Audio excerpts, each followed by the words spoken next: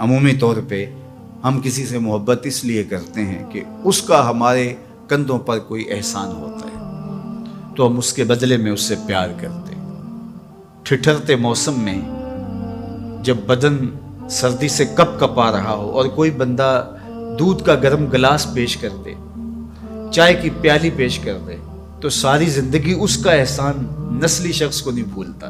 تو کسی کا احسان جو آپ کے کندھوں پر ہو، آپ اس کے احسان کے بوجھ تلے دبے رہتے ہیں۔ یار اگر کسی سے اس لیے پیار کیا جاتا ہے کہ اس کا آپ کے ذمے کوئی احسان ہے، تو مجھے بتاؤ کائنات میں اتنے احسان کسی کے ہو سکتے ہیں جتنے آمنہ کے لال کے احسانات ہیں؟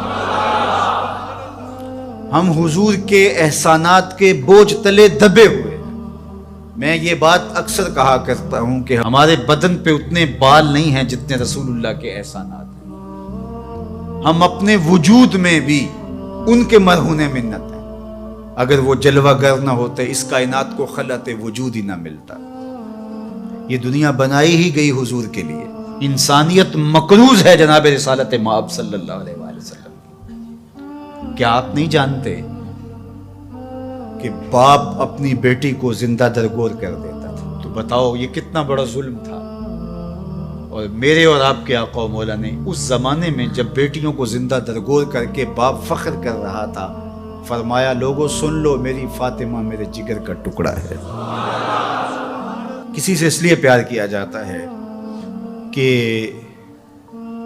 وہ صاحب کمال ہے۔ مشاہیر سے لوگ اسی لیے پیار کرتے ہیں، بڑے بڑے سائنسدانوں سے، بڑے بڑے ہیروز سے، قائدین سے، اہل علم سے لوگ اس لیے پیار کرتے ہیں کہ وہ صاحب کمال ہیں۔ تو کوئی لاؤ نا ایسا صاحب کمال جس نے انگلی کا اشارہ کیا ہو چاند ٹکڑے ہو کے قدموں میں آیا۔ کوئی لاؤ نا ایسا صاحب کمال جس کے ہاتھ اٹھے ہوں سورج پلٹ کے عصر کے وقت پہ آیا ہو۔ کوئی لاؤ نا ایسا صاحب کمال جس نے اشارہ کیا ہو درخت قدموں میں آ کے سجدہ ریز ہو گئے۔ کوئی لاؤ نا ایسا صاحب کمال جس نے اشارہ کیا ہو کھجوریں پکی ہوئی قدموں میں آ کے گری ہوں۔ او سڑیاں کھجوراں اگا جان دائے، او پتھراں نو کلمے پڑھا جان دائے۔ قطرے کو سمندر ذرے کو ستارہ کرتے ہیں، کونین کو خم آ جاتا ہے جب زلف سنوارا کرتے ہیں۔ کوئی لاؤ تو صحیح زمانے میں ایسا۔ اچھا کسی سے پیار اس لیے بھی کیا جاتا ہے کہ مستقبل میں اس کی کوئی ضرورت پیش آنی ہوتی ہے تو بندہ تعلق رکھتا ہے۔ تو اگر یہ غرض ہے محبت کی تو بتاؤ نزع سے اوکھا ویلا ہو سکتا ہے؟ بتاؤ حشر سے کوئی اوکھا ویلا ہو سکتا ہے؟ اس اوکھے ویلے نہ باپ کام آئے گا، نہ ماں کام آئے گی، نہ بہن کام آئے گی، نہ بھائی کام آئے گا، نہ بیوی، نہ دوست، نہ اولاد، نہ مال، کچھ بھی کام نہیں آئے گا۔ اگر وہاں کام آئے گا تو آمنہ کا لال ہی کام آئے گا۔ تو پھر آؤ نہ ان سے محبت کا رشتہ جوڑتے ہیں۔ کسی سے اس لیے پیار کیا جاتا ہے کہ وہ سونا بہت ہے۔ اچھا یہی معیار ہے اگر کسی سے محبت کا، اور یہی سب سے بڑا داعیہ ہے محبت کا، تو آؤ پھر اس سے پیار کریں۔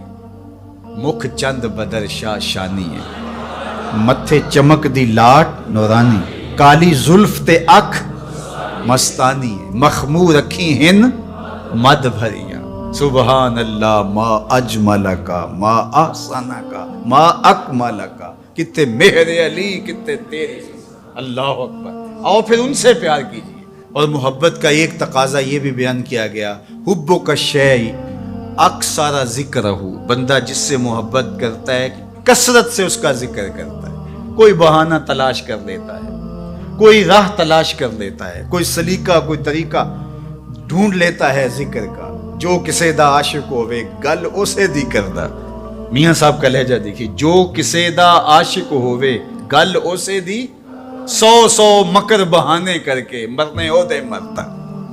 تو جس سے محبت ہوتی ہے تو بندہ پھر اسی کی بات چھیڑتا ہے، اسی کا تذکرہ چھیڑتا ہے۔ کثرت ذکر قرار جاں کا سبب اور ذریعہ ہے، اور تسکین کا سبب اور ذریعہ ہے۔ محبت کا ایک تقاضا محبوب کی اطاعت اور فرما برداری ہے۔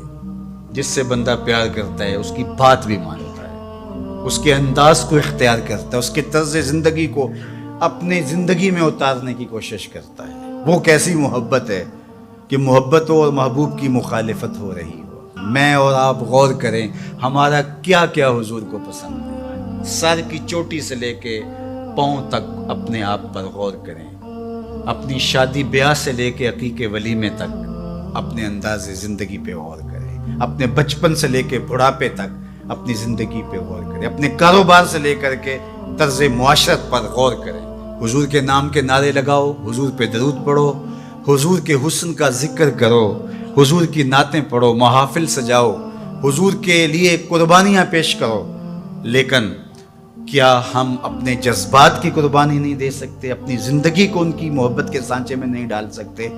اگر ہم نہیں ڈال سکتے ہیں تو پھر ہماری محبت ابھی خام ہے، ابھی کچی ہے۔ یہ ربیع الاول کا موسم یہ ہمیں موقع فراہم کرتا ہے۔ کثرت ذکر محبت کی نشت کا سبب ہے، حضور کے جمال کا تذکرہ حضور کی محبت کی نشت اور نہضت کا ذریعہ ہے، حضور کے فضائل و مناقب کی باتیں سننا حضور سے پیار کو بڑھانے کا ذریعہ ہے، اور پیار جب پیدا ہوتا ہے تو پھر اس کا لازمی نتیجہ عمل اور عملی زندگی بھی ہے۔